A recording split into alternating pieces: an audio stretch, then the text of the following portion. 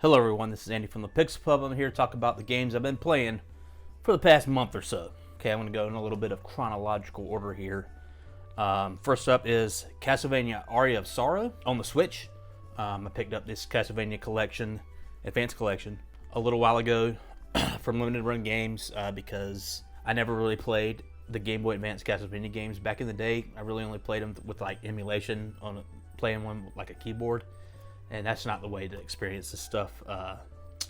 So I picked up the physical version because these games are basically brand new to me. And I know Aria of Sorrow was the one that people liked the best, so I played it for the first time, really, and I liked it. I know a lot of these games are, chasing the dragon of Symphony of the Night, and they don't quite get it. None of the games since then have, which is, that is what it is. But Aria of Sorrow, I think, stands on its own. It is pretty good. I can see why people really liked it at the time.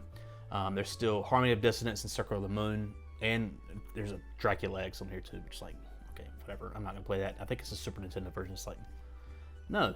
But next up, I'll probably give Harmony of Dissonance a try. I know Circle of the Moon is the first one that came out in the Game Boy Advance, and it's kind of strange. With, is it a Metroidvania? Is it not? It's got this like card system that you can equip, which seems pretty neat.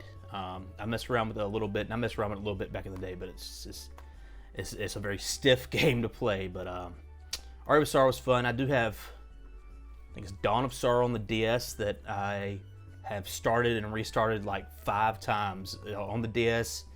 On the Wii U, I think I bought it on the Virtual Console there too, and just never really got super into it. But played through Aria of Sorrow, and it was really good. But yeah, that was Castlevania. Okay, next is a game I just beat about a week ago. It is Unicorn Overlord.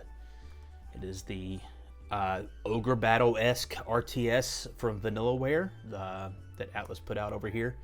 And I was taken in by the trailers and everything when it first came out. Like, Vanillaware games are always really striking to me.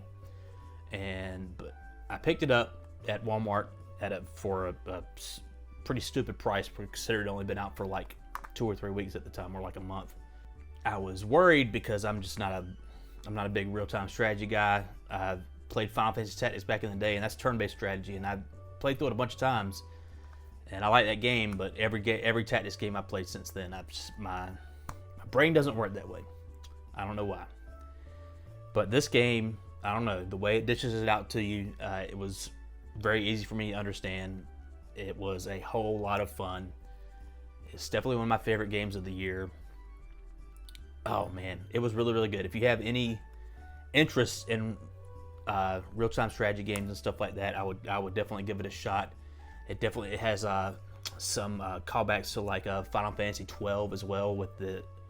It's got a Gambit-esque system where you can like build up what you want your characters to do, because all the battles are automated. When you go into a battle, it will literally tell you at the beginning basically who's probably going to win. Like, I think those little ratings they have on them are like 99% accurate. You don't have to sit there and watch the battle play out. But you can change how those attacks are going to go, or attacks or actions basically, by going into each different character and saying, okay, well, you did this at this and this, you did this at this stage, you did this at this stage, and it's really, really cool. My only real problem with it is that, and it's not really even a problem, because I was expecting a game where it's just straight battles, like a Final Fantasy Tactics, where you just go from battle to battle, and that's what you do. Or you go to shops and buy items and recruit other people and stuff like that, and that's in here. But there's other stuff in it too, where you do little side quests where you like gather materials to like build a bridge or build up towns and stuff like that, and I really like that. If there were like 1 or 2 other like spinning plate stuff like that you can do in between battles, oh man, it would have been one of my favorite games ever. They were so close to just like knocking it out S rank, but it's still really good.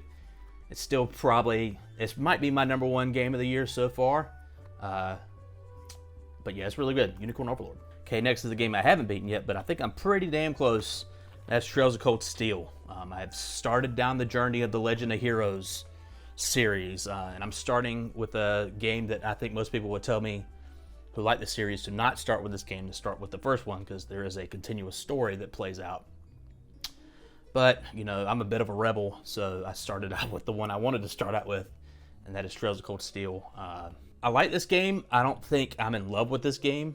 I think if I didn't have... We have all the games physically now, the Cold Steel series, and this was the last one that we got physically, and that's when I jumped in, because I was like, well, we have 2, 3, and 4. I want to get one and just start out. If I didn't know we had all those other games that I could play after this, I might be kind of like, you know, what the fuck? What is this? Like, it's long-winded. People talk so much. I wish they would shut the fuck up from time to time. Actually, not from time to time. 90% of the time, I wish they would just shut the fuck up. Like, it's a slog. Like, and if you don't like that, you will not like this. This is the worst of the worst for me. Like, as far as like, it's like you talk too much. You talk too much. You never shut up. I can look past that for like a really fun battle system and a cool little story. There's been I'm basically, I think I'm about to start chapter 7, which I think is the final chapter. Like, I got to the point of the end of chapter 6 where it's like save, and then you start the next one, and I haven't started the next one yet. And I think they're going to call it the final chapter, because I've been looking at a little bit of guides for different things, because there's some stuff it's like, do I do this what if I do this for this person or that for that person? What is that going to mean? It's just stuff like that. And I didn't want to commit. I was scared. And there's been a bit of intrigue in the story with that type of stuff, but it took so long to get there. I'm like 52 hours in, and it's just like the first 40 hours, it's like, what are we doing? What are we doing? But I do know I have 2, 3, and 4 to play, and then the other games, I got Trails in the Sky on Steam Deck that I can play at any time. But I'm going to get to these first. And yeah, I'm excited to finish this up. I'm going to take a little bit of a break from the Trails games and play something smaller on the PlayStation, and then move straight into Trails of Cold Steel too, I guess. We'll see what the rest of the calendar looks like for the year. As games come out, I don't think anything I really want to play comes out till like late July or August or whatever. So yeah, that's Trails of Cold Steel. Okay, next is a game that I played pretty much fully on the Steam Deck. First game I played through and beat on the Steam Deck, and that is Tiny Terry's Turbo Trip, which it was a trip. I really adored this game. I heard about it on the Giant Bombcast, I think last Wednesday or something like that, and I immediately came home and bought it. It seemed something that was right up my alley, a little like 3D platformer collectathon throwback to those type of games on, you know, the N64 PlayStation era, but with a weird fun sensibility, kind of a little open world GTA style. But when I say it's little, it's very little. It's just the right size. You can see I played it for like 5 hours. I didn't get all the Steam achievements. I didn't do every single thing in the game. You play as Tiny Terry, and he wants to go to space, and you do it in your little car, and you have little missions or tasks you can do for other people around town, and it's just a fun little adorable little thing. I was kind of turned off by the art style at first, but when you see it in motion, you see the characters running around, it just reminded me of something that had been on like one Saturday morning on ABC in like 1996 or something like that, or like maybe even more like a Rocket Power on Nickelodeon. Like, it just reminded me of something of that style, but the writing and stuff is more, I don't know, it's more dry humor. Like Tiny Terry, he's a child and he needs to go to summer school because his grades are really bad, but he doesn't want to go. Like, he just tells, I don't want to go. And sometimes he wants to do crime. Sometimes he wants to steal cars. But he definitely wants to go to space. I think when I bought it, it was $14.99 on Steam. I think that was a sale price. Not sure of the price right now, but if anything, any of that sounds like something you want to play, definitely check it out. I had a good time with it. It was published by Super Rare Games. Their logo pops up at the start of the game. I don't know if they put out a physical version. I probably should have looked at it before I recorded this video, but I just bought my first ever Super Rare game like 2 weeks ago off their website. So when I bought this, I was like, hey, maybe I could have got this physically. I don't know, but right now I think it's just on Steam. But it was just a fun little delight.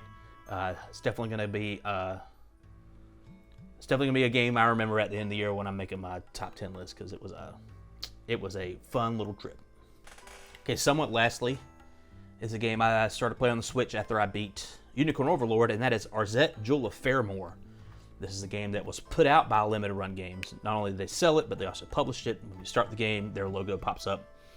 This is developed by CDI, which is, you know, a play on the Philips CDI, because they put up those nasty-ass Zelda games back in the 90s, and this is just a complete throwback to that with just about everything. Just the way the game looks, the way the animation plays when you meet other characters, and just the weird wackiness of it all. But they put together, I think, a very fun game. I'm pretty damn close to the end. I've unlocked all the levels. I'm pretty sure if I booted up right now, I could just go to the last level and fight the final boss, but I'm wrapping up the other side stuff. I don't know if I'd call this a Metroidvania, but it's probably as close as it will get with something like this. I don't know. It's level based, but you can keep going back to levels when you unlock new stuff. Like, there's one of the things, for example, there's big colored barriers, colored walls, and different levels, and you get different magic. You say, okay, I got the red magic, now I can knock down that barrier. I got the blue magic, now I knock down that barrier. And when you get it, you can, like, okay, I need to go back to this level, and there's a barrier there that I can unlock and see what's behind it. But more than likely, there's not like a whole nother part of the level to go to. It's just probably just a little crevice where something's hidden.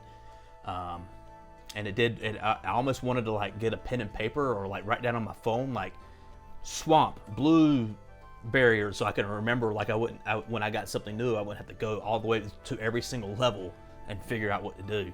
But I don't know, I've been having a really good time with it despite that. Like, I know, like the 12th time I went through the forest, I was like, okay, what am I doing? But I still had a lot of fun with it. The music's interesting in a good way for me. It definitely has a cheesy 90s vibe. We're actually going to go, we're going to be nearby the Limited Run store tomorrow as I'm recording this. And I'm hoping to slip in there and see if they had the vinyl, because they did sell it on the website and they have the store. Maybe they'll have it there. Fingers crossed. But yeah, I'm very close to the end.